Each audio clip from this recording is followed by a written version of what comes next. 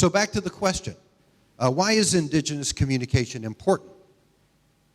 I'd like to ask for your thoughts on it. Quickly. Anybody got any ideas on why Indigenous communication is important?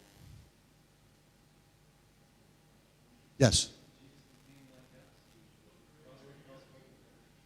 Okay, I'm not going to tell you what Clyde said because he just stole the rest of the message. No, but that's right.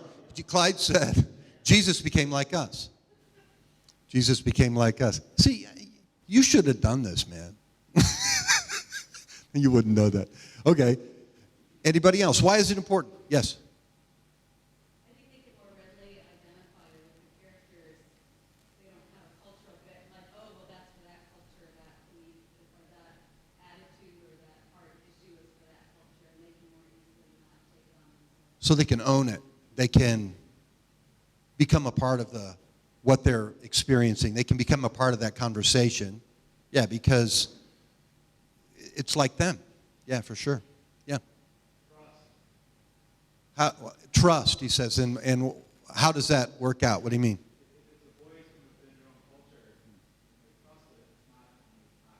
Cool.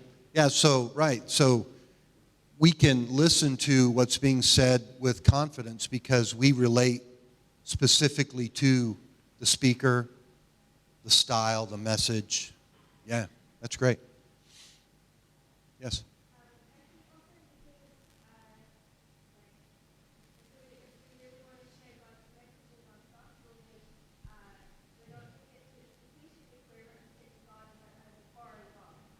Right.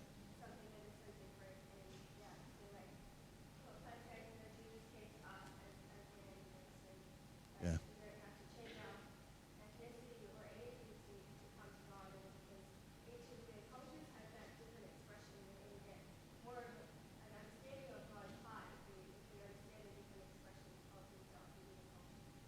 Yeah, yeah, amen.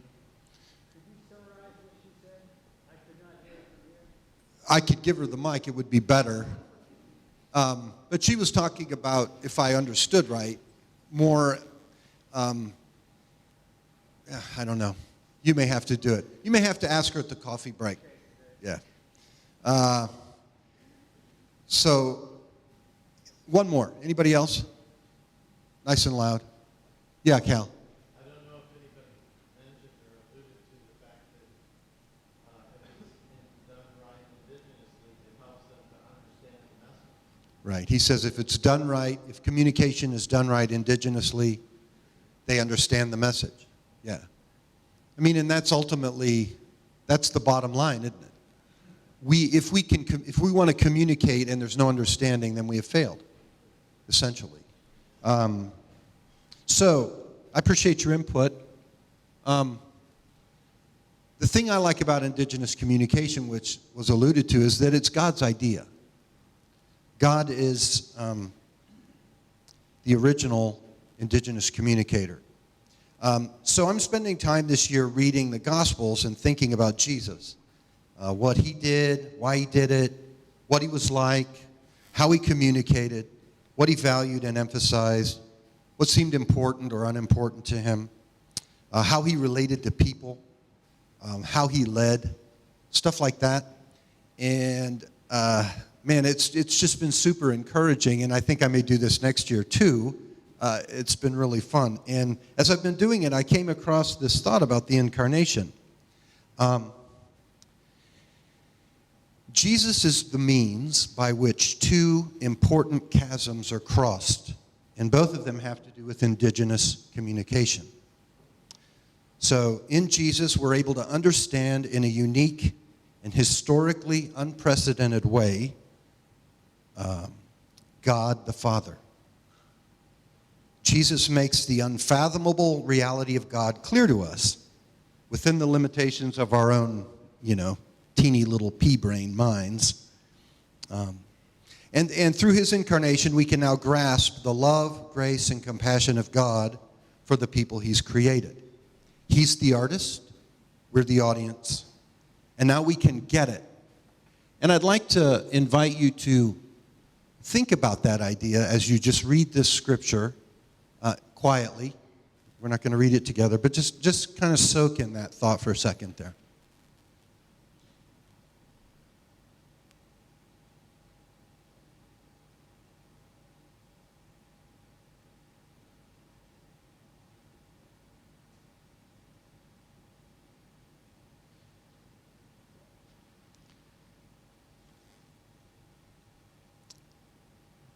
On the other hand, in Jesus, God the Father is able to relate to his creation now in a new way.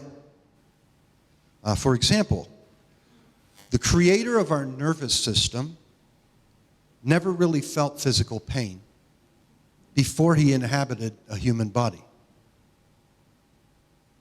I mean, somebody said that the other day, and I was like, wow. You know, he conceived of the nervous system. He knew what it would do. But I don't know that he ever really felt it until he inhabited that flesh. So in addition to that, had he ever felt hunger, exhaustion, the thrill of an endorphin or adrenaline rush, temptation, limitations? You know, God is unlimited, yet Jesus limited himself by inhabiting a human body and becoming fully man while he was fully God. And God had never experienced what it felt like to be limited. I mean, it's pretty profound. So is it too much to think that now not only is God compassionate toward us, but he's also empathetic? He's entered into our pain.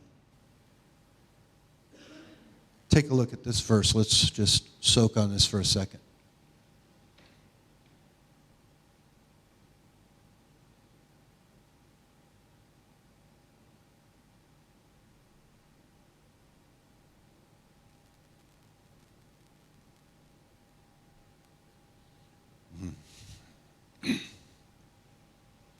So Jesus is the indigenous communicator who makes God understandable to us.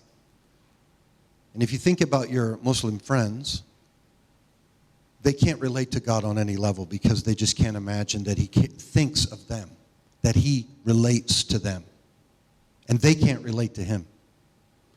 And outside of Christ, we're in the same boat, really. Jesus makes God understandable to us in the incarnation. And he's also qualified to be our perfect advocate before the Father, full of compassion and empathy for us. So in this same strategy, Jesus has asked us to effectively communicate who he is among every tribe, tongue, and ethne on earth, so his vision and plan for the kingdom can be fulfilled. And I loved it that Jim referred to this verse. I think of this verse almost every day. And just, this is it, man. This is the deliverable.